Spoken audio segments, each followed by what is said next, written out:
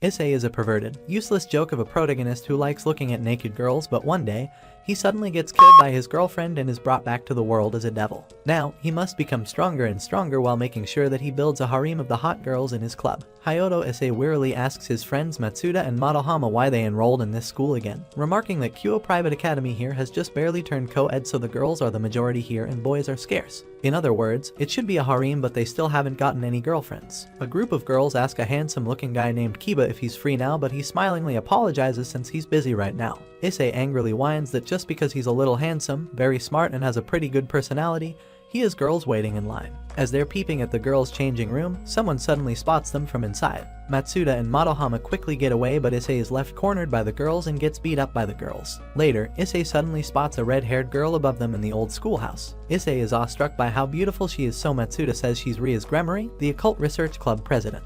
In the clubroom, Rias thinks about Issei and slowly goes to take a bath. As he's walking home, Issei wearily wonders if his school life is going to end without bearing fruit before a girl approaches him like a knight in silver armor, only this time, the woman isn't the one who needs saving. Issei doesn't recognize her uniform but sees that she's really cute before the girl blushingly asks if he's seeing anyone right now. In that case, she asks if he'll be her boyfriend, shocking him. Later, Issei introduces the girl, Amano Yuma, to his friends and tells them to hurry up and get a girlfriend too, remembering how Yuma asked him to go on a date with her on Sunday. Rias sees that she was right to keep an eye on Issei and decides to make preparations. On Sunday, Issei mutters that it should be time before a girl hands him a card, stating that his wish will be granted, and walks away. Yuma arrives and they spend the day with each other. Later, as they're eating, Yuma asks if something's wrong, but he hurriedly says it's nothing and starts choking. As they're walking back, Issei remarks that this is the moment of truth for him and takes Yuma's hand before she asks if he would mind doing something for her to commemorate their first date. Issei excitedly asks what it is, so she menacingly questions if he'll die for her. Surprised, Issei says he must have heard wrong, but she repeats herself and suddenly transforms into different clothes before summoning a blade.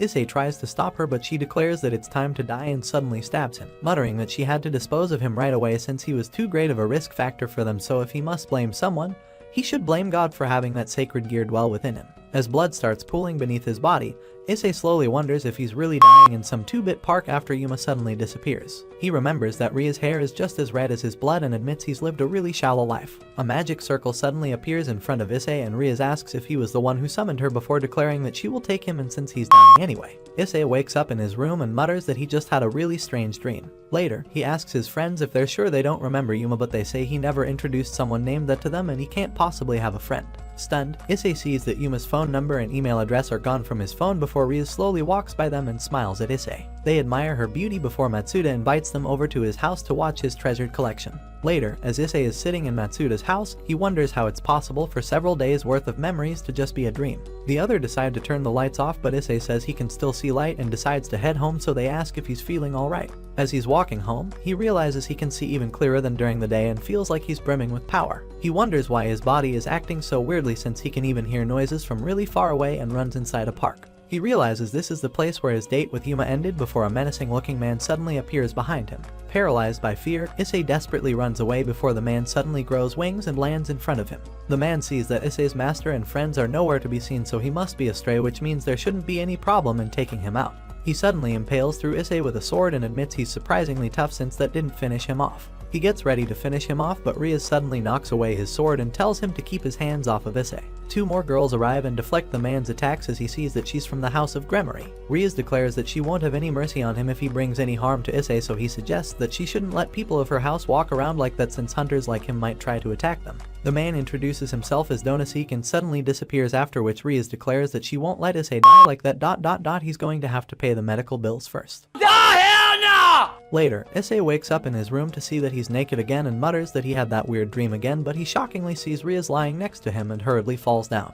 He insists that this can't be real, but she says everything he's experienced so far is real because she is Ria's Gremory, a devil and his master. Issei's sister walks up the stairs to tell him to wake up, but he hurriedly tells her to not come inside since he's up now and tries to cover Rias with a sheet, but his sister sees them both and hurriedly informs her parents. Rias asks if he's feeling alright at the place where he was stabbed and admits he's stronger than she expected since his wound healed overnight, before revealing that she embraced him all night to share her magic with him. The students at school are shocked to see the #1 idol, Rias, walking with a loser like Issei, but she says she'll see him after school and walks off. Natsuda punches Issei in the face and he and Madohama ask what the hell happened, so he starts bragging about it. Upstairs, Riaz runs into Sona and cheerily says Issei is like a dumb, younger brother to her. Later, Kiba approaches Issei and asks if he would mind coming with him since he's on an errand for Riaz. In the occult research clubroom, Issei smilingly sees the popular first year, Tojo Kaneko, and declares that this is a fantastic club room when he notices a shower as well. The vice president, Hajime Akino, introduces herself before Riaz steps out of the shower too, and they welcome him into the club. Riaz reveals that the occult research club is actually just a front since they're all devils and the man who attacked him yesterday was a fallen angel. She explains that these are angels in service of God who, as a result of possessing corrupt emotions, have descended into the underworld.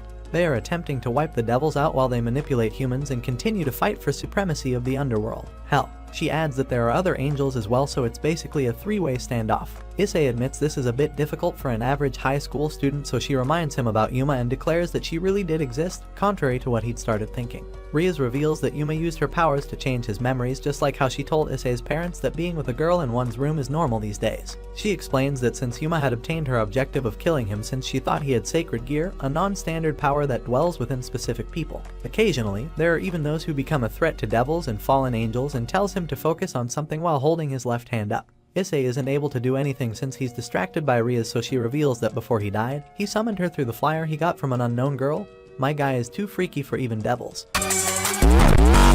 She declares that now, he has been reborn as a member of the House of Riaz Gremory, daughter of the Marquis of Gremory, a high-ranking devil as her devil servant. Issei is shocked to see that he and the others are able to sprout wings. As he's on his bike, he recalls how Riaz explained that devils grant humans power for a price agreed upon via a pact. Nowadays, people do not use summons by drawing magic circles anymore, so they deliver these flyers to be summoned. She tells him to do a good job at learning and he may have his devil servants as well, so Issei happily asked if he can do whatever he wants with them. Riaz tells Issei that Kaneko has received 2 summon requests so he can take one of them. She forms a magic circle and stamps Issei's hand with the seal of the House of Gremory. Issei excitedly entered the circle, but nothing happens and Riaz realizes he can't make the jump, so he's forced to travel to the location on his bike. Issei knocks on the man, Morisawa's door, but he tells him to leave since he summoned Kaneko, who teleports herself here. Issei tearfully says he would have done that too if he could. Inside, Morisawa asks Issei to show him what his special techniques are and reveals that he and Kaneko cosplay and play with each other. Issei imitates a special move from his favorite anime, Dragso Ball, and admits he doesn't have any special techniques right now before he and Morisawa start arguing about which one of them is a bigger fan, so Morisawa sets down his collection of comics and they menacingly decide to regale like a pair of nerds who desperately need to touch some grass.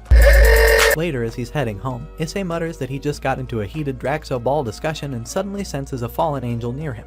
A woman, Kara Warner, declares that she was ordered to eliminate any traces of him and says he was supposed to have been killed by her, but she suddenly notices that he has the Gremory family seal on his hand. She declares that this is all the more reason to kill him, and Issei suddenly remembers what Riaz said as well as his discussion with Morisawa. He unexpectedly grows a gauntlet over his seal, seeing which Kara Warner hurriedly decides to head back and report this instead. Back in the club room, Riaz says he can activate and deactivate his sacred gear at will before warning him to not get carried away and fight fallen angels by himself. When he leaves, Riaz mutters that she's not going to allow the fallen angels to take her precious servant from her. The next morning, Issei wonders as Riaz is still annoyed by him and runs into a girl. Issei helps the girl up and remarks that she's his ideal type of girl. She reveals that she's lost her way and doesn't know what to do. As they're walking, she reveals that she's been assigned to the church of this town. Issei sees that she's a sister and she happily says she's glad she ran into someone this kind, so it must be the Lord's guidance.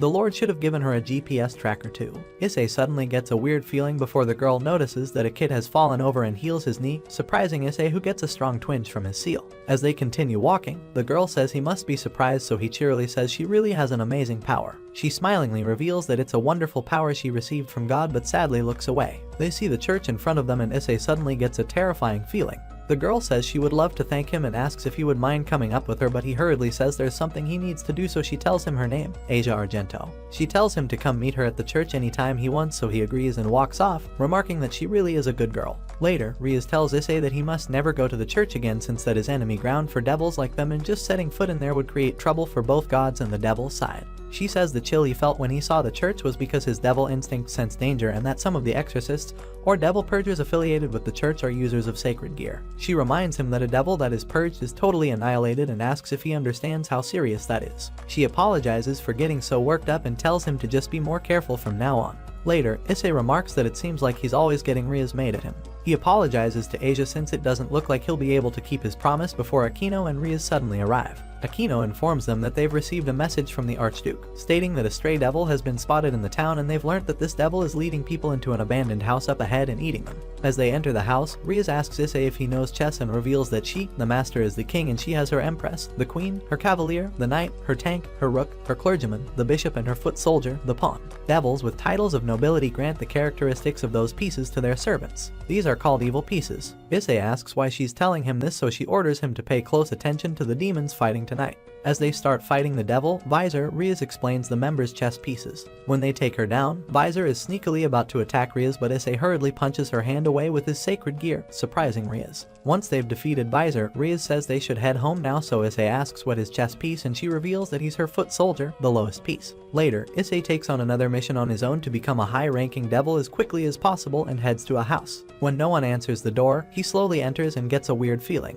He recalls how Riaz told him to make sure to bring back a pack this time and to not disappoint her again, and declares that he's coming in. Inside, he shockingly sees a corpse before a man menacingly introduces himself as Fried Sells, a junior priest with a certain devil purging organization, and openly admits to killing the man, declaring that the victim was connected to devils. Recognizing Issei as a devil too, Fried immediately charges forward to attack him. Issei hurriedly dodges, but Fried shoots him in the leg and slashes him with his sword. Suddenly, Asia enters the room and reacts with shock upon seeing the corpse, so Fried reveals that she's his assistant and reminds her that disposing of hopeless people who have been bewitched by devils is their job. Asia is stunned to see Issei there, so he slowly reveals that he's a devil and explains that he planned to never see her again since he wasn't trying to deceive her.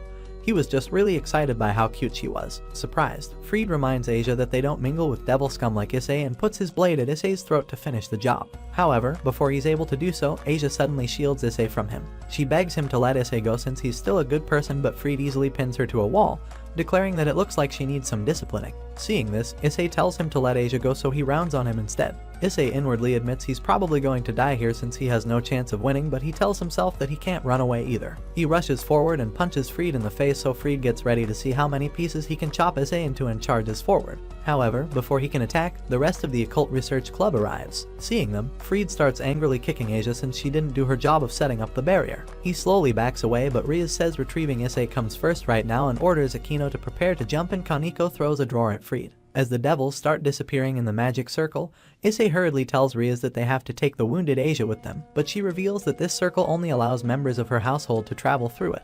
He desperately struggles against Kaneko's grip to get Asia, but she smilingly says she'll see him somewhere. As Aquino is bandaging up Issei's wounds, she says this will take some time to heal and reveals that Asia was a stray exorcist, someone who's been expelled from the church and lowered themselves to become the servant of a fallen angel. Later, Issei mutters that he's far too weak since he's a pawn after all who couldn't even save a single girl. He decides to just train himself and become stronger, but he isn't able to do much. He tells himself to stop screwing around since Asia is stuck with the mad killer. However, Asia unexpectedly approaches him from behind. At a restaurant, Issei treats Asia to a burger and asks what she was doing in the park, so she hurriedly says she thought to take a walk around the town since she had some time off. In that case, Issei suggests that they have some fun and they spend the day together. Later, Issei notices Asia eyeing a stuffed toy named Raku and decides to get it for her on the crane game, so she happily thanks him, muttering that this rendezvous will be something special just for today. Outside, Asia tells him that this is the most fun she's ever had and notices that Issei is feeling pain due to his wound from earlier. Asia heals Issei's wound as he remarks that she really is cute. He's surprised by how it feels like there wasn't a wound at all. She reveals that she was abandoned by her parents soon after she was born. They left her in front of a church in a small rural town in Europe, and that's where she was raised.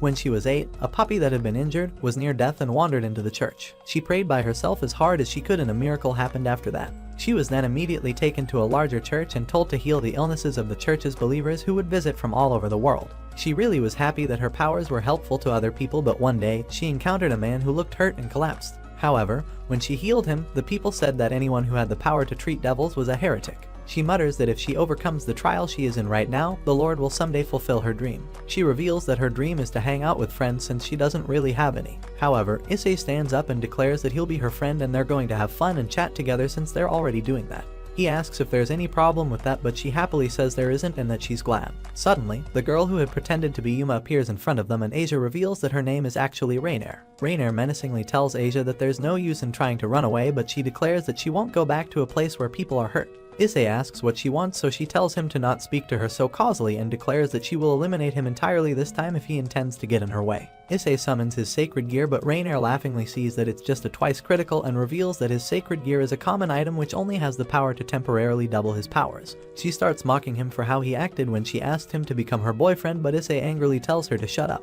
Issei activates his sacred gear and starts powering up, but he suddenly gets stabbed by Rainier's spear of light. Asia heals Issei's wound, seeing which Rainier tells her to come back with her since her twilight healing is incomparably rarer than Issei's power. Rainier agrees to let Issei go if Asia agrees to go with her and throws a spear near Issei, blowing him back by the impact of the explosion. She warns Asia that Issei would have died if she didn't miss on purpose, so Asia depressingly agrees and bids Issei farewell before disappearing with Rainier. Issei slowly collapses onto the lake and questions why he's so weak. Later, Issei goes back to the occult research club to ask for help, and Riaz unexpectedly agrees. She explains that even though he's a pawn, he can temporarily get the powers of other chess pieces, except the king. Sometime later, Issei, along with Kiba and Kaneko, heads to the church where Asia is being kept while Riaz and Akino deal with Middle, who is guarding the place. As Issei and the others head in, Fried suddenly appears to stop them, so they start fighting him. Issei sees that Kiba is more than a pretty face as he fights Fried. Kiba suddenly covers his sword in a dark substance and reveals that this is Holy Eraser, a sword of darkness that devours light. Outside, Middle summons Kara Warner and Donasique, who declare that they have a score to settle with Issei.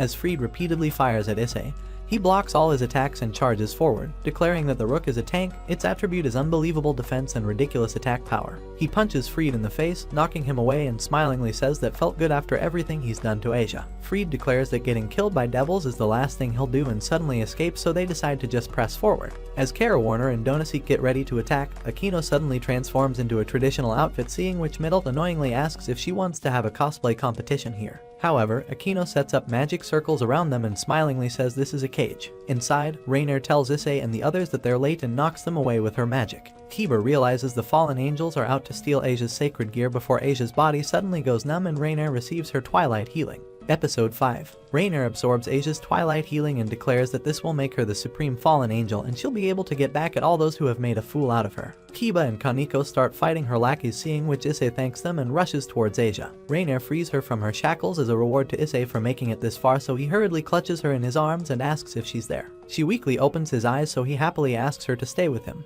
Rainier says he can take her back, but he angrily orders her to return Asia's sacred gear. However, they're all proof of that, so they'll have to die here. Rainier starts mocking him as he sadly mutters that she was his first girlfriend and he really did like her. As Rainier attacks, Issei swiftly dodges and starts running to the entrance, so Kiba and Kaneko tell him to get out of here while they handle these guys. Upstairs, Issei asks Asia to stay with him and insists that she can have as much fun as she wants once they get out of here, but she warily says she's happy to have made a friend like him. Issei starts crying and reminds her that there are still tons of places he wants to visit with her, but she mutters that she can't hold on anymore and smilingly passes away. Issei tearfully begs God to not take Asia away from him, but Rainier suddenly appears in front of him and says a devil offering a confession in a church is an insidious joke like a typical Marvel villain. Outside, the angels mock Issei and attack Riaz with their spears, but she deflects them all and questions if they just laughed at her servant before calling them all fools and unleashing a powerful attack. Rainier heals the slight wound she got from Kiba using Asia's twilight healing and says this is a blessing for fallen angels like them, but Issei declares that none of this had to with Asia, so she should have been able to live in peace. She mockingly tells Issei that no matter what he says, he couldn't protect her, so he mutters that he knows that, which is why he can't forgive her or himself.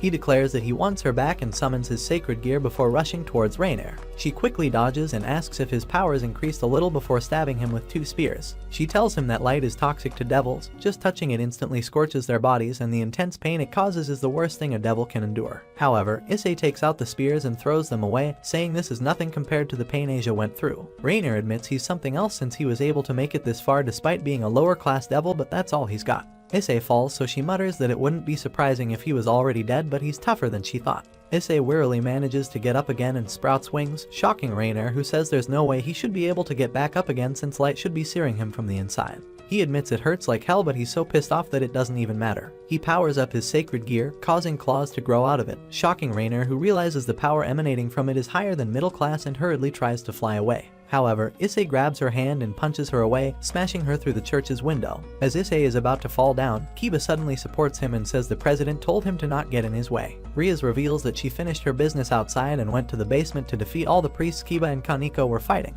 Kaneko drags Rainier back inside, so Riaz reveals that she's the heiress of the Gregory family and that she blasted the fallen angels outside, shocking Rainier. Riaz sees that Issei's sacred gear has changed and reveals that it's not just a simple twice critical, it's said to have the ability to double the owner's power every 10 seconds, allowing them to transcend even God and Satan's momentarily. She tells them that it's the Gauntlet of the Red Dragon Emperor, boosted gear, but it does require time to power up, so Issei managed to defeat Rainer because she let her guard down. Scared, Rainer turns back into her fake form, Yuma, and begs Issei to let her live, insisting that she only did everything to fulfill her duty as a fallen angel. Stunned, Issei slowly asks if she has no shame and tells Rias to go ahead, so she kills her. Once Rainer is dead, Issei sadly recalls how Yuma asked him to be her boyfriend. Rias says they should return Asia's twilight healing to her, so Issei does it and tearfully apologizes since he couldn't protect her. However, Rias says no one blames him and unexpectedly unveils a bishop piece from her set to try and bring Asia back to life as a devil, since her sacred gear will come in handy as a clergyman. After Rias performs the ritual, Asia shockingly comes back to life, so Rias tells Issei to take care of her from now on, and he happily hugs Asia, saying they should go back home now. The next day, Issei goes to the Occult Research Club and asks Rias if she can summon 7 more pawns after him, but she reveals that the number of pieces used depends on the devil's abilities and she had to use all 8 pawns to revive him. She says it seems like it was worth it judging from his sacred gear and tells him to strive to be the mightiest pawn since he should be able to achieve it. She kisses him on the forehead, so he happily agrees to get stronger and says he'll do his best. However, Rias cheerily mutters that she has to stop doting on him like this or their newest member is going to get jealous, and Issei realizes Asia is standing behind him. Rias tells Issei that his fight with Rainer made something clear. He needs to increase his basic physical fitness, so she says she'll come to pick him before 5 o'clock, so Issei leaves to hand out flyers. At 4:30, Issei sees Rias outside and starts exercising as she declares that she can't have any of her servants be weak, so he insists that he'll do his best. She explains that in the world of devils, one's brawn predominantly does the talking, especially in his situation, so the higher his basic physical fitness, the more his ability will mean. Asia arrives since Rias called her, so Issei asks why she did that, but she asks Asia if they should head to Issei's house, surprising him. Issei unexpectedly sees boxes filled with Asia's things in front of her house, and Rias says she'll be living at his house from today. Surprised, Issei's parents tell Asia that there must surely be other, better places to stay at, but she says she's indebted to Issei and reveals that after she came here all alone from overseas, he was the one who helped her the most, and she thought she would be able to rest at ease living in the same house as Issei. Asia insists that Issei is not a good for nothing, so they happily agree to take her in. Later at school, Asia introduces herself to her class and reveals that she's currently home staying at Issei's house, hearing which Issei's friends angrily ask how he's been triggering all the right flags. Issei insists that he's not the one who set this up and smilingly sees Asia interacting with the other girls. As they're cycling home, Asia happily says everyone in the class was really nice to see her. Later, Rias tells Asia that she was thinking she could make her big debut tonight, so Issei tells her that she'll have to jump to a client using a magic circle and make a pact with them. He asks Rias if it isn't a bit too early for that, so Akino reveals that as far as she can tell, Asia's magic power is equal to hers, so she has plenty of aptitude to serve as a bishop. Issei feels a bit down upon hearing that, but he comforts himself by saying that he has more experience. He asks Rias to let him go with Asia since she hasn't been in the country for long and suggests that it might be better if she got more accustomed to life here. While cycling to the customer's house, Issei admits he was worried that the person who summons here might be dangerous, but says he might just be overthinking it. However, Issei is stunned to meet a weird-looking man who introduces himself as Milta and declares that he called for a devil because he has a wish. He says he wants Issei to turn him into a magical girl and to give him fantastic power, so Issei slowly agrees to at least discuss it and remarks that this guy is dangerous in a different way when he insists that they should watch a magical girl show.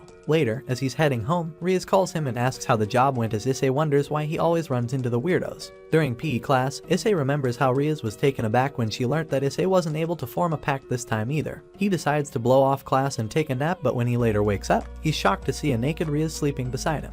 Later, Rias goes with Issei to oversee him, so he happily remarks that he can hardly fail with her, and Asia wishes him luck that he doesn't get his butt kicked again. They get teleported to an authentic Japanese-styled room in which a woman wearing samurai armor greets them and introduces herself as Susan, a foreign exchange student who adores Japanese culture. She says it's good that he's a nice devil, since if he was an evil devil, she'd have no choice but to take her sword and draw it on him. They sit down for tea and ask Susan what she wants, so she asks them to go with her to the college she's studying at so that she can pick up her notebook since it's really scary late at night. As Issei is walking with her to her college, he once again wonders why he always gets the weird ones. They manage to retrieve the notebook and prepare to leave, but Susan hesitantly says she has something else she'd like to ask of them. Issei is about to say they only grant one request, but Rias agrees, so Susan reveals that she can't express her feelings to someone she likes even though he's a really terrific person. Rias suggests that she can directly tell him her feelings, but she embarrassingly says she can't do that, so Issei proposes that she could write a love letter. She excitedly agrees and starts writing one in her formal vocabulary, so Issei mutters that it'll sound more like a prank. However, Rias reminds him that what's important are the feelings, not the form.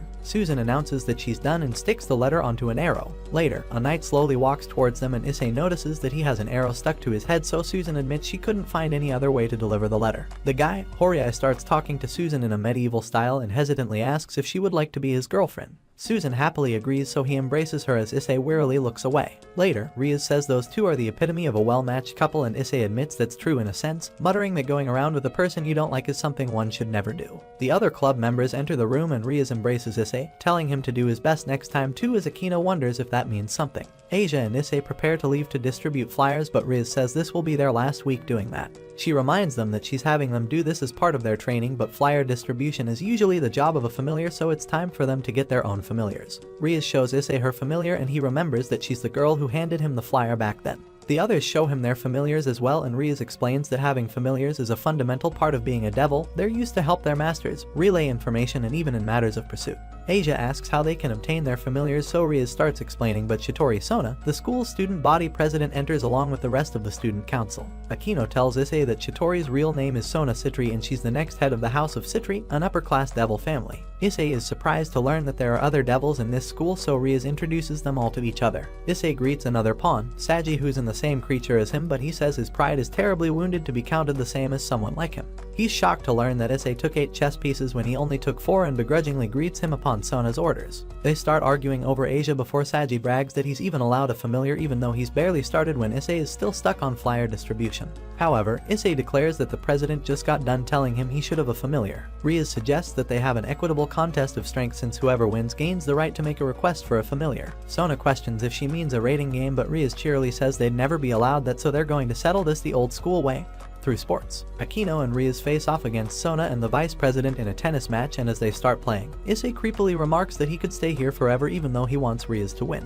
A lot of students crowd around the arena to watch the match. Both sides declare that they are going to win this, but at the end, neither side ends up winning the match, so Riaz and Akino discuss what they can do with the student council. They decide to settle this with dodgeball. Later in the night, Issei knocks on the door to Asia's room and asks if she has a needle and thread. In the gym, while the rest of the team is stretching, Riaz tells them that going with simpler rules is the best since their objective is to win. Issei reveals that he stayed up all night and stitched bandanas for them, and the others happily praise him before Riaz says they should put these on and play together as a team.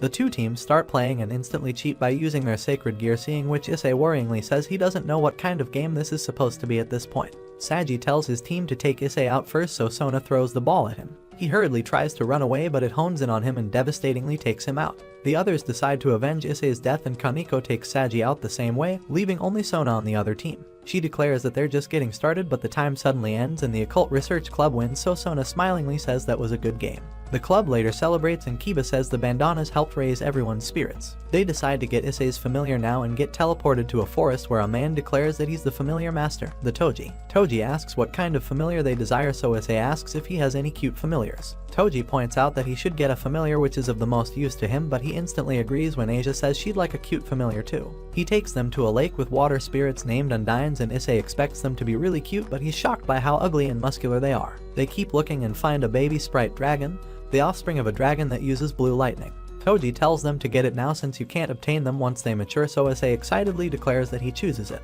However, slime suddenly starts falling on them all and slowly dissolves the girl's clothes. Issei smilingly says this is a fantastic development, but Kaneko smacks him down and tells him to not look. Toji says this slime is harmless besides dissolving girls' clothes, so Issei says he's making it his familiar. He insists that he only wants the slime, but the sprite dragon suddenly kills the slime with its lightning. It becomes Asia's familiar, so she officially forms a pact with it and decides to name it Rasei. Later, Akino smilingly says sprite dragons don't normally hand themselves over to devils, but Asia, being a sister, must have had some influence on him.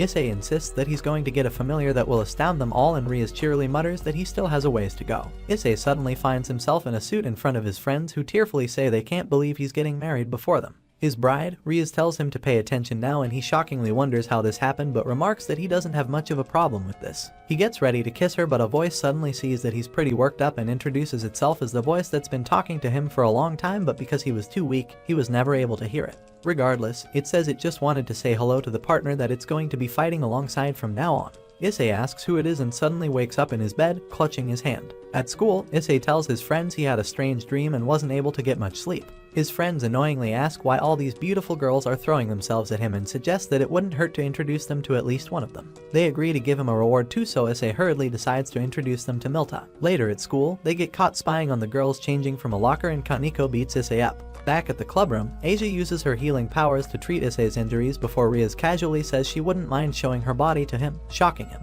After the others leave, Aquino informs Riaz that the questionnaires from where Issei was summoned to say good things about him, but despite the fact that except when Riaz accompanied him, he failed to get a pact signed, so he may be a failure as a devil, but he pleased all his clients. Riaz mutters that this is going to cause Issei to lose confidence in himself, so she'll have to look after him for a little longer. Aquino smilingly says she's not sure of what to make of Riaz's commitment to Issei, so Riaz says it's not a bad thing to have her best friend worry over her, but this is her own problem, so she reminds Aquino to call her president in the club room. After she's left, a magic circle appears in front of Riaz, so she braces herself. In his room, Issei mutters that there really isn't anything good about him since even Kaneko despises him, but he says he can't always be so down on himself because he's going to be king of the harems. He decides to take a quick bath and get refreshed, but he unexpectedly sees that Asia is bathing. He quickly gets ready to leave, but she stops him and says she'd like to know him better. It should have been me, not him. However, his mom suddenly arrives with towels for Asia and sees them both together. In his room, Issei tries to calm himself, but Riaz suddenly appears in front of him. However, she realizes she's a little too late as a maid teleports in front of them and tells Riaz that the master and Sir Zetz will be saddened by the fact that she's with a lowborn like Issei. Riaz declares that she won't allow her to call her servant a lowborn, so the woman asks her to have some respect for herself. She introduces herself as Grafia to Issei, who immediately starts thinking that she's pretty. Riaz kisses Issei on the cheek and excuses herself for the night. The next day, Issei is wondering who Grafia was when Matsuda and Madohama suddenly punch him in the face for getting them stuck with Milta. Later, Kiba, Asia and Issei enter the club room to see Grafia there, and she's about to say something, but Riaz stops her before a magic circle suddenly appears in the room. A man suddenly appears and mutters that it's been a long time since he came to the human realm. The others ask who he is, so Grafia introduces him as Lord Riser Phoenix, a pure-blooded upper-class devil and the third son of the House of Phoenix, as well as the fiancé of the next head of the Gregory family, Akka Riaz. Riser sits down for a cup of tea, but Riaz reminds him that she won't marry him. He cheerily says he thought her family's condition was desperate enough to not allow her to be so inconsiderate, but she declares that she doesn't intend to bring her house to ruin and will marry whoever she wishes. Riser reminds her that her father and brother, Sir Zetz, arranged their marriage with the future in mind. When she says she won't repeat herself, he declares that he can't have her besmirching his good name, so he will take her back to the underworld even if he has to incinerate all her servants.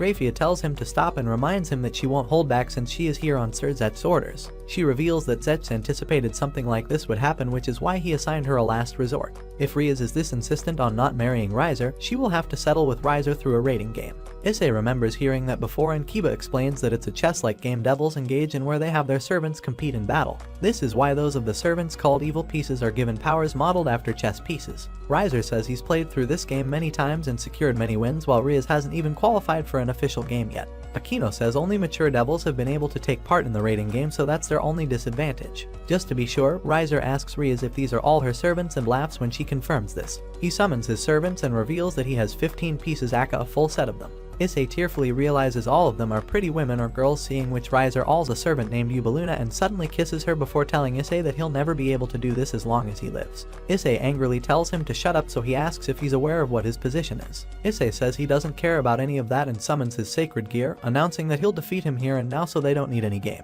A servant named Mira steps forward and instantly slams Issei into the wall, seeing which Riser laughingly says he's surprised to see that her bearer of the brutal boosted gear is so weak. Riaz agrees to decide this through a rating game and swears that she will wipe Riser and his servants out, so he smilingly mutters that he looks forward to it and disappears. Issei, Kiba and Kaneko walk up a mountain with a huge bag to train, and Kiba and Kaneko easily speed past him. Since the rating game is in 10 days, Grafia wonders if they should set up a handicap due to the difference between Riaz and Riser, so Riaz says she'll gladly accept that time as a training period. As Issei continues walking, she remarks that she will make him stronger and stronger. The club members reach a lake and get ready to continue training as Issei asks Kiba about what he meant when he said he has a personal dislike for fallen angels and priests. Kiba changes the topic and tells Issei that they have to win this for Riaz's sake since she saved both him and Asia. For lesson 1, they have a sparring session and Kiba swiftly disarms Issei before telling him to keep his guard up. After that, Aquino teaches them to use their magic power and is surprised to see that Asia instantly gets it. She uses ice to crush a bottle and tells Issei to keep practicing his magic power since visualization is the source of magic, so whatever comes to his mind materializes.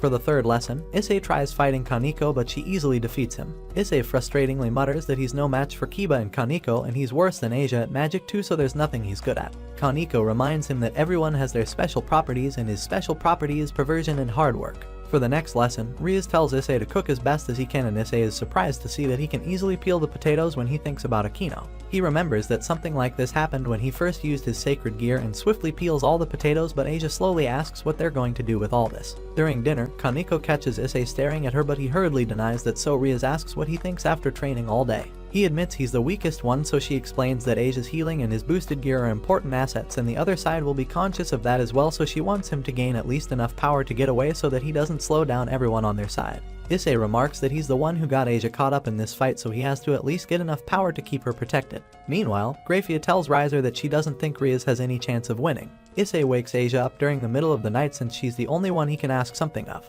Issei tries to blow clothes off of a mannequin and Asia remembers how he asked for her clothes. She arrives in front of him to see what he's doing and his wind attack suddenly works on her instead. The next morning, Rias explains that devils, fallen angels, and the god at the head of the angels have been involved in a three-way war, but there hasn't been a victor yet and the battles have ended with all their efforts wiped out. Devils have a very low birth rate, which is the reason why devils are turning humans and increasing their households with them. The raiding game came about during this, and through the game, the devils who are the masters of the households are able to provide them with combat experience as well as show off their own abilities. Rias decides to stop for now, so Akino and Asia get up to make tea for everyone. Issei asks Asia to keep what happened last night a secret since the move's far from being ready for battle, and she agrees to work with him until the move's ready. Rias says she'd like to hear Asia's story too, so she explains that there are two things an exorcist must have. One of them is holy water, so they should make sure to not touch it since they're devils. She says the other thing is the Bible, and she's read it when she was little, but she's stuck now since if she read even one verse, she got a terrible headache. They point out that it's because she's a devil, so she sadly asks the Lord to forgive her for not being able to read the Bible. Later in the night, Rias asks Issei if he would like to chat for a bit and reveals that she's formulating a plan of attack. She asks if he knows that they're against the Phoenix and that his ability is the same as the saintly beast, immortality. She admits he's virtually indestructible since he regenerates immediately after attacks, and the only two losses he's suffered were out of respect to a family he is close to, so he lost on purpose. Issei apologizes for screaming at Riser, which led to the game, but she says it's thanks to him that things came right to the point and she's happy that happened. From the first day, her father and the others anticipated her losing and purposefully set it up that way. Issei asks why she's turning down this marriage proposal, so she says she's the heiress of the House of Gremory, but she'd like someone to marry someone who loves her for being Rias and not for the influence of her house. Issei says he doesn't understand any of that, but her standing in front of him right now is the most important thing to him. Surprised, Rias declares that they're going to fight to win, so he depressingly admits he's hopeless compared to her. However, Rias hugs him and tells him to get some rest for both his body and mind because she will stay at his side until he falls asleep. Later, Rias tells Issei to use his boosted gear against Kiba, so he gets ready and boosts himself 12 times. Rias explains that he wouldn't have been able to endure this much stepping up, so the results of his training are clearly revealed in him. Issei uses evolution to fight with all the enhanced power. He quickly blocks Kiba's attack and fires a beam at him, so Kiba hurriedly dodges and Issei's beam hits the mountain behind them, completely clearing a path through it. Issei is stunned to see that he has this much power and falls down, so Rias tells him that his attack power will critically affect the way the game moves for them, so he should believe in them and himself. Issei sees that there's an hour till the raiding game begins and mutters that he's training like his life depended on it, so there's no way he's just going to lose. Asia enters his room and says she decided to wear her sister's clothes since Rias told her to wear what she thought was best. She sits down beside him and believes Issei will be alright as long as he's here, even though a fearsome battle is about to start. Issei agrees that they'll always be together and says it's time to go. As the club members prepare themselves, Sona and the vice president and Rias reveals that they're going to be relaying the game. Grafia asks if everyone is ready and announces that they will be relocated to the field of battle by this magic circle once it's time. Akino tells Issei it'll be a free space, so they'll be free to do whatever they want, no matter how unrestrained, and Issei gets excited because there's a lot of things he wants to do that society considers taboo. Grafia announces that this battle will be watched by Rias' brother, the Great Devil's Edge Lucifer, as well. They all stand in the magic circle since it's time and reappear in the club room, so Grafia explains that upon Rias and Riser's suggestion, they prepared a replica of Kyo Academy. Sona explains that Riser's base is the principal's office, Rias' base is the club room, so promotion will become possible for pawns once they make their way into each other's schoolhouses. Kiba says they'll have to tightly guard their base since Riser's servants can be promoted as well. Kaneko hands Issei a transparent marble they'll use to talk to each other on the battlefield and start the game as Riser orders his servants to crush Rias' team thoroughly since there won't be any meaning to this farce unless they can shatter Rias' pride. Rias lays down her plan and explains that they have to secure a defensive line first, so Kaneko and Kiba go to cast some traps in the woods. After that, Rias tells Akino to cast illusion magic on the sky and woods. She orders Asia to stay by her side since they're really done for if she falls, and finally, she asks Issei to lay his head on her lap. Issei happily agrees and starts crying, but she says she's going to unlock a spell she cast on him. Before it begins, Rias shares her strategy with the team. She sends Akino, Yudo, and Kaneko out to set traps to help defend against the enemy and releases part of the seal on Issei's power, trusting that he can handle it now. Issei feels power building inside him, so she reminds him of how his rebirth used up all 8 pawns and reveals that right after he was born, his body was unable to withstand that much power, so she spread it out over several stages and sealed them up. Right now, she just released a little of it since it was necessary to train his body first so that he could endure his boosted gear along with this power. Rias tells him to make sure he doesn't go easy on his enemies even if they are girls, so he declares that he's going to make sure he brings them victory. Once the traps and illusions are set in place, Rias explains her plan to them all and sends them out to commence the operation, ordering them to blow their opponents away. Kaneko and Issei head to the gym where they run into Mira, Shirin, Isle and Nell. Kaneko sees that Shirin is almost queen level based on her power, so Issei says there's no choice but to do this since they knew they were going to have to face this from the start. Riser sees that they intend to attack the center after all and learns that Shulier, Marion and Byron are currently infiltrating. As Kaneko takes on Shirin, Issei is slammed into the wall by Mira. Kaneko punches Shirin in the face and stomach while Isle and Nell run after Issei with chainsaws. He swiftly dodges Mira and marks both Nell and Isle with a seal before destroying Mira's cane and marking her as well. Once that's done, he remarks that the conditions are all lined up now, so Mira, Isle and Nell get ready to tear him apart. They all rush towards him, but he suddenly uses his new move, Dress Break, ripping their clothes off. They fall to the ground in embarrassment, so he starts laughing and tearfully says this is all thanks to Asia while the girls call him a pervert. Kaneko says she's lost all respect for him, but Issei informs Rias that they're both doing fine and they decide to proceed with their plan. After that, they quickly leave the gym before a massive bolt of lightning strikes it from above. Akino appears above them and announces that 3 of Lord Riser's pawns and 1 of his rooks have been incapacitated before Kaneko reveals that Akino's nickname is the Priestess of Thunder. Rias informs them that they'll need some time before Akino can launch another attack like that, so they'll move forward once her magical power is replenished. Until then, she orders them to act according to the next phase of the plan, and Kaneko says they're supposed to meet Kiba near the track grounds and eliminate any enemies there. Meanwhile, in the forest, Shulier, Marion and Byron continue taking out the traps Kaneko had set before, but Kiba approaches them from behind, revealing that they've walked straight into a barrier their queen set up because they were too fixated on the small traps. Issei mutters that Kiba is probably getting along fine with a calm look on his face and tells Kaneko they should get going too, but she orders him to not touch her and walks on ahead, saying it's a repulsive technique. However, she's suddenly knocked back by a massive explosion caused by Yubaluna, who appears above them, shocking Rias as Riser menacingly tells her to not underestimate him. Kaneko weakly says she wanted to serve the president more, so Issei assures her that Asia will heal these wounds in no time, but she slowly disappears in his arms. Issei questions how she dared to kill Kaneko and tells Yubaluna to come down and fight him, so Rias shakily tells him to calm down since when someone can no longer fight, they are transferred to an appropriate location where they're treated, so Kaneko isn't actually dead. Yubaluna tells him to give up as well since there's no way he can win no matter how hard he tries. Akino appears in front of him and tells him to go on ahead while she takes care of her. She declares that he doesn't need to worry about her because she will fight with her whole soul and body to avenge Kaneko. 3 more pawns from Riser are retired thanks to Kiba, leaving 9 remaining pieces for him and 5 for Rias. Kiba meets up with Issei and says he's sure Kaneko is disappointed too, but Issei says they're going to win this no matter what, and he smilingly agrees. Rias informs them that she's going to launch a sneak attack on Riser's base with Asia, so he should draw as many of the enemy away as he can and buy them some time. Kiba points out that the risk in letting the king leave his base is too great, so she says she's hoping Riser thinks that too, since regardless of how immortal his body may be, his heart is not, so if they want to strike them hard enough to win, they'll have to beat Riser. Thus, Issei and Kiba go out into the open and call whatever pawn is near them, so a knight named Carlamine appears in front of them, so Kiba cheerily declares that he's been looking forward to fighting another knight. Seeing them fight, Issei decides to not get involved for now, but 5 more servants suddenly surround him from all directions, and one of them says Rias must have poor taste in men.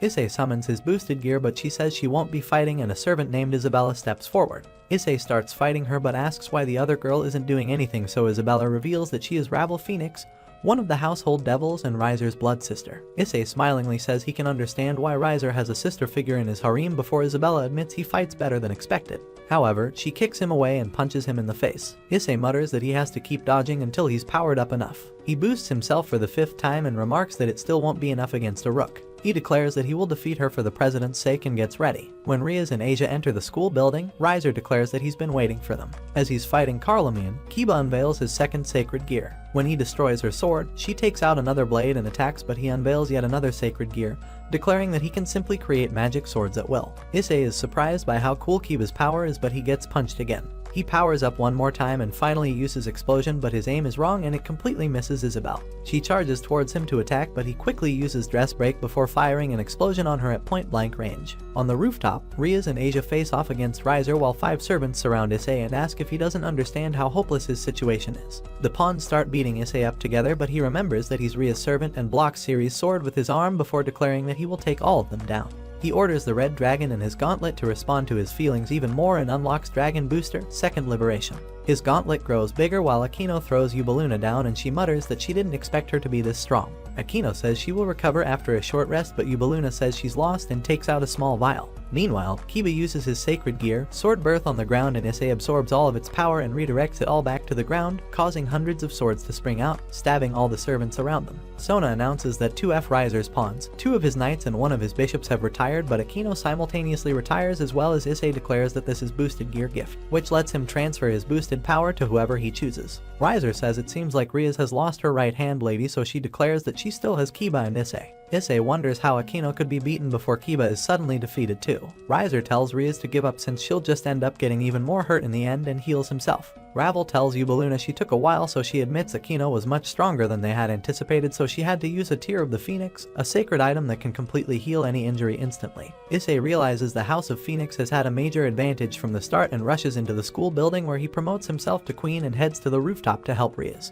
Yubeluna suddenly attacks Asia with an explosion, causing her to fall unconscious, seeing which Issei asks Riaz if they're still going to fight and declares that he can go on. He boosts himself and rushes towards Riser, but he stumbles and falls down, seeing which Sona mutters that boosted gear is much more taxing to the body than sacred gear, so the fact that he was able to fight at all is nearly miraculous, but his magic power was used up when he took a direct hit from Yubeluna. Issei tries getting up and insists that he can fight back, so Riser starts beating him up, questioning if a lowly servant like him is going to continue defying him. He says he's going to beat Issei up enough that treating him would be meaningless since deaths that happen within the game are recognized as accidents. Seeing Issei's determined expression, Risers gets ready to attack him, but Riaz tearfully embraces him and resigns, shocking Issei. The voice tells Issei that no matter how much time he spends, he'll never get strong the way he's training right now. He is an extraordinary being with a dragon dwelling within him, so he should not present him so incredulously. It says it will grant him power worthy of the sacrifice, and he just needs to show the white one what a dragon is. Issei opens his eyes to shockingly see the Welsh dragon, the red dragon emperor, D-Drag in front of him. He wakes up in his bed to see Grafia in front of him and hurriedly asks about Riaz, so she reveals that the game ended with Riser the victor and Riaz declared her resignation. Issei questions why she would ever do that, so Grafia reveals that it's because Riser was about to kill him since he kept getting up again and again to face Riser. Issei tearfully admits it's all his fault and asks where the others are. Grafia explains that Asia is here to tend to him, but the others are attending the engagement part of Riaz and Riser in the underworld. Issei remembers what Riaz said and depressingly apologizes since he didn't get strong enough. He mutters that he doesn't want Riaz to be forced to go along with what her family has laid out for her, so Grafia smilingly says he's a fascinating individual since she's never met a devil who so readily shows what he's thinking on his face, rushes to do whatever he likes. She gives him a flyer and says he can attend the engagement party with this before stating the message that's sent for him: if you want to win my sister back, then come in swinging. After Grafia's disappeared, Asia enters the room and happily hugs Issei since she'd been treating him for 2 days and was wondering if he was ever going to wake up. He assures her that he's fine and reveals that he's going to get Riaz back, so she makes him promise he'll actually come back with her. Issei promises and asks Asia to do something for him, so she agrees and leaves. After she's left, Issei calls D-Drag and says he wants to make a deal with it. Riaz tries on her engagement suit and sadly remembers clutching Issei's body in her arms before she's informed that it's time. Sona approaches Kiba, Kaneko, and Aquino and tells them that the battle was more than well fought even if it didn't turn out in their favor, so they say she doesn't have to comfort them like that since things are definitely not over. Riser summons Riaz and introduces her to all his guests, but Issei suddenly breaks down the door. Seeing him, Riser orders the guards to seize him, but Kiba, Kaneko, and Aquino quickly take them out and tell Issei to go on. Riser questions how he's here, so Zetch steps in and reveals that he was the one who invited him. He explains that he was quite underwhelmed by the raiding game and the old family has lost face, especially after this time, so he wanted to add a little bit of spice to his sister's engagement party. He tells Issei that he wants to see the power of the dragon with his own eyes, which is why he had Grafia make some preparations, so he suggests that they have a showdown between Issei and Riser. As the duel is about to begin, Zetch asks Issei what he wants as compensation if he wins, so he says he wants Riaz returned and tells her that he's going to win this fight in 10 seconds like a video game speedrunner. In that case, Riser declares that he'll shut that smart mouth of his in 5 seconds, and they both start rushing towards each other. Issei quickly asks for permission to promote and raises his rank to queen before using Welsh Dragon Overbooster, which covers his entire body in the Dragon Emperor's armor. He increases his booster gear to Balance Breaker, a forbidden, infernal form, remembering how he formed a deal with D-Drag. As they start fighting, Riser slowly overwhelms Issei, but he suddenly uses the crucifix on him and reveals that Issei made a dangerous deal since he sacrificed his left arm to the red dragon within him in exchange for a massive power boost that lasts only 10 seconds, and since his left arm belongs to the dragon now, he can hold the crucifix without bearing any pain. During the short burst of power, Issei gives it his all and pushes Riser back, but because of Riser's Phoenix healing abilities, Issei can't land a finishing blow and falls down. Riser grabs him and says it's over, but Issei surprises him by hitting him with enhanced holy water, which causes Riser intense physical and mental pain. As he's reeling from the pain, Issei remembers all the lessons he learned from the council members and punches Riser in the stomach, declaring that Ria's crying was enough of a reason for him to pound him. After the battle, Ravel flies away with her brother and Rias catches Issei before happily thanking him. Later, the others take Issei and Rias to a griffin and ask him to see her off, so they both get on it and Issei informs them that they'll be waiting for them at the club room. As they fly away, Zetch mutters that he had the griffin ready as a worst-case scenario means of escape, so Grafia points out that there would have been trouble afterward if it came to that. Zetch says Sir Phoenix and his father have had a change of mind and this engagement has been called off. He smilingly says he never dreamed that the Welsh dragon would come over to their side and says the encounter with the white dragon may not be far off. In the sky, Rias calls Issei silly for going to all these lengths for her, but he cheerily believes it was a bargain since he was able to get her back like this. She mutters that talks of her engagement may come up again even if it's been broken off this time, so he declares that he will rescue her time and time again since he's her pawn. Hearing this, she suddenly kisses him. Rias says that was her first kiss and reveals that she's decided to live in house as well from now on since she wants to know her servants better.